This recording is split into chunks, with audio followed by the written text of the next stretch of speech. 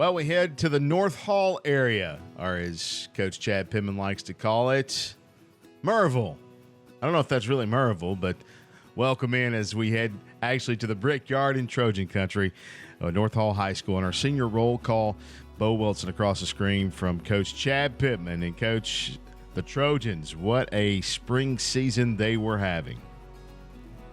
Well, you're right, and it is Merville. There ain't no doubt about that. So just set this record straight, if you will. But, North Hall over the last several years has really built a tradition of excellence in their athletic programs, and this spring was no different. I mean, the baseball, they were 12-4. I think the Dugout Club had them ranked as 1 maybe in the state. The girls golf had some great senior leadership. They had won the Hall County Championship for the first time. Just across the board, tennis, soccer, I mean, they were really having a great year.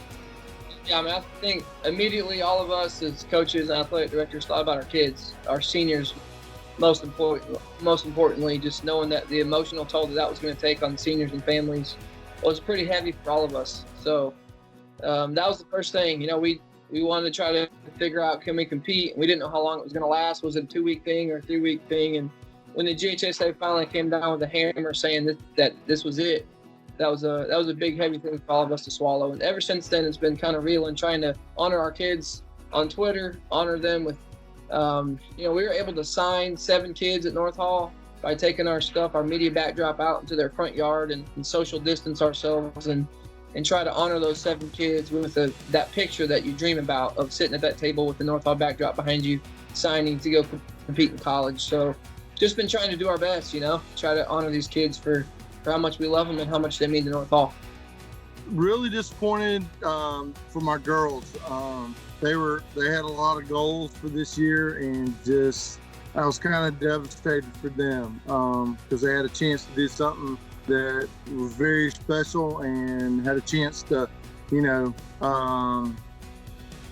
work on some of their goals. And I had 2 seniors that really going to miss and been a big part of this program. So I was hurting for them and just sad for a lot of these kids that are getting to miss out on their spring. We all kind of knew going into it that the sports season was going to get shut down because the schools had been closed for so long. It was inevitable.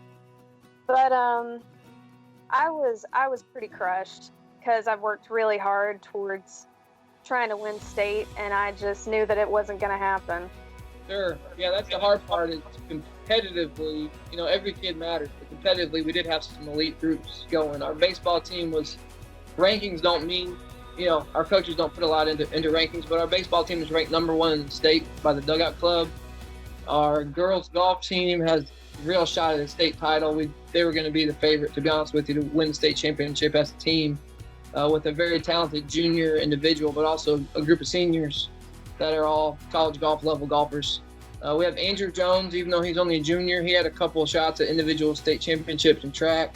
Our tennis team, our girls tennis team specifically, boys too, our girls tennis team was the Final Four team last year and had most of those girls back. So I don't want to leave anybody out, but you're talking about state championships that were left on the table. We could have trophies and state championship rings, I think, that would have happened. And it's hard to miss out on those, but hope those kids and those coaches know that we understand how good they were and their hard work.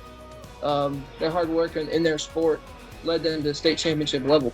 We had won Hall County again. Michaela Dubnik had won back-to-back low medalists, and we had finished top 5 in the Buford Invitational, which was probably one of the strongest fields considering we had probably 3 teams in it that would win state in their respective classification. So it was really good for that. And then we only got one match in, and it was against Buford, and we did very well on that. But we were getting ready to really crank up in the next week when they shut us down. So we were looking forward to get going.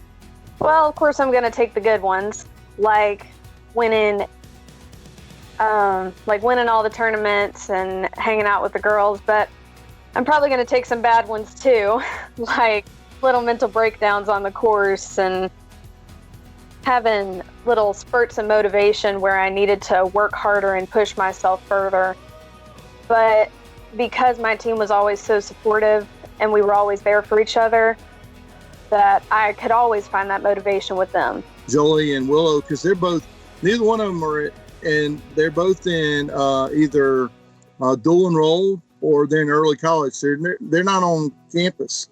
So they were kind of going back and forth. They really wanted to play, and they just came down to it. They wanted another shot at all the goals they wanted to. And, they both got emotional when we won Hall County this year. So it was good to see both get that way, considering how much work they have and, and where we've come with this program. Oh, deeply emotional. It's kind of hard to put it into words how much I'm going to miss them. There was no ending. It was done, and we didn't, it wasn't we lost the match or we had a tournament to end it. It was done. And, none of us knew how to take it because, all of us coaches are used to, okay, we got a tournament going on. If we don't win this, we're done, or we're in the playoffs and we know we're one and done. We're done. And it's just, but they've some of them have taken to it a little bit. My underclassmen are working hard, but my seniors, I just really feel for them.